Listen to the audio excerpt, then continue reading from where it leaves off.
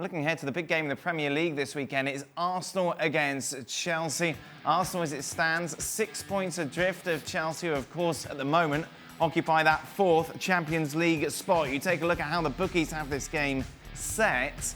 It's tight, actually, between them. Arsenal 2-1. Chelsea go into this game as favourites. A draw, meanwhile, 13-5. Let's focus first, shall we, on Arsenal going into this game, Craig. Is this must-win with regards to their Champions League hopes, or is that just stretching it a bit? I don't think it's must-win. I personally don't think they have much hope in getting in the Champions League. As much as they're in it in the fight at the moment, I don't think that is going to last. However, what they do need is to try and get a bit of organisation back. I think they've lacked some real organisation recently. Particularly off the back of that smashing they got up at Anfield. It looked as if it just completely did the confidence in. They've got some injuries as well. He's flirted between a back three and a back four and wing backs and full backs and formations. And he's searching. He is searching at the moment to find a balance that's going to get him some consistency like they had at the start of the season. But I just think they lack the quality. They lack the quality of Chelsea. And they lack the quality of Man United, although they struggled at the start of the season. They now have picked up.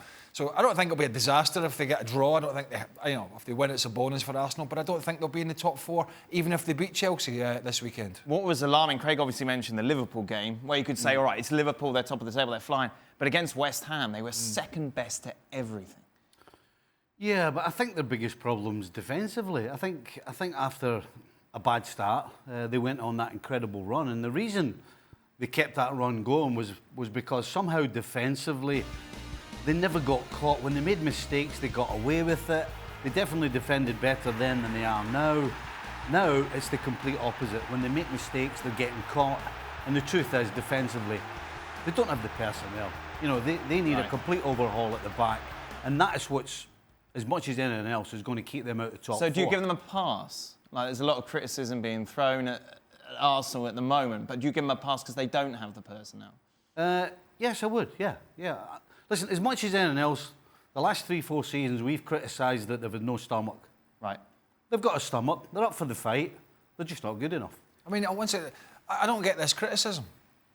The only criticism, in my opinion, and everybody's entitled to their opinion and have it, the only criticism for me at the moment should be the club. Right.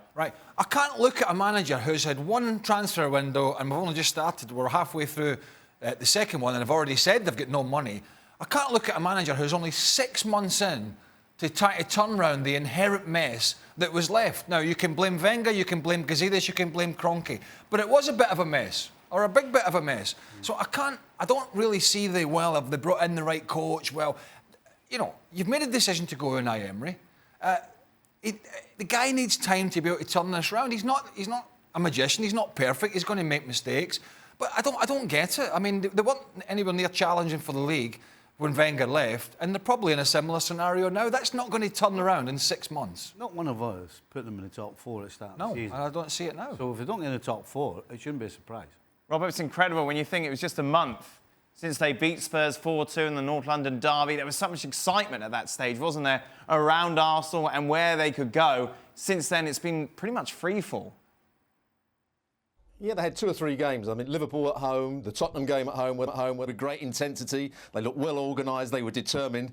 But the last 3 or 4 performances have been really poor. And I agree with Stevie and Craig. The personnel is not good enough. If you're looking at Mustafi as one of your top centre-halves, he's not been good enough in the Premier League. Socrates has been a good player, but he's past his best. Holding, who I still don't think was good enough, he was injured. He's got a big injury now, so he's going to be out for a long time. When you look at Kolasinac, likes to get forward, but he doesn't do the defensive side of the game particularly. And you can say the same about Bellerin.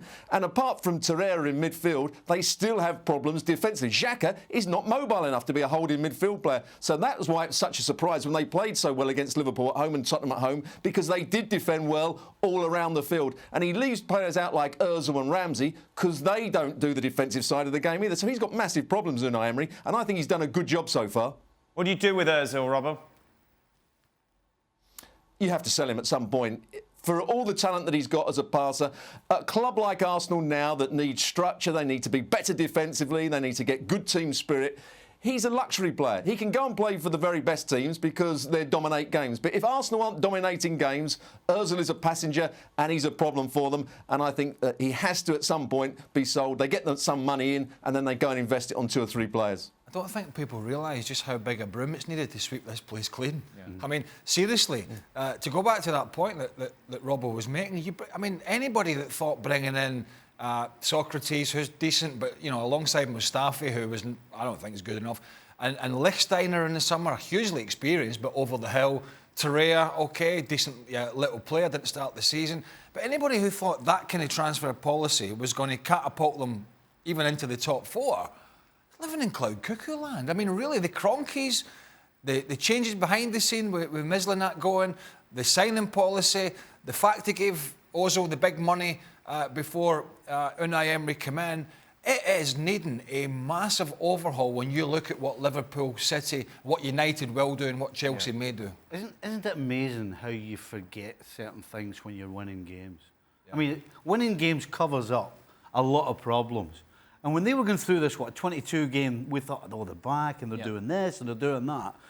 And something Robbo just said there, which is, it reminded me of that. We've forgotten that Arsenal now, today, are a team that have to have not your flair players, not your superstars, a team of honest guys that work hard, have team spirit. That's really where Arsenal are. That's amazing.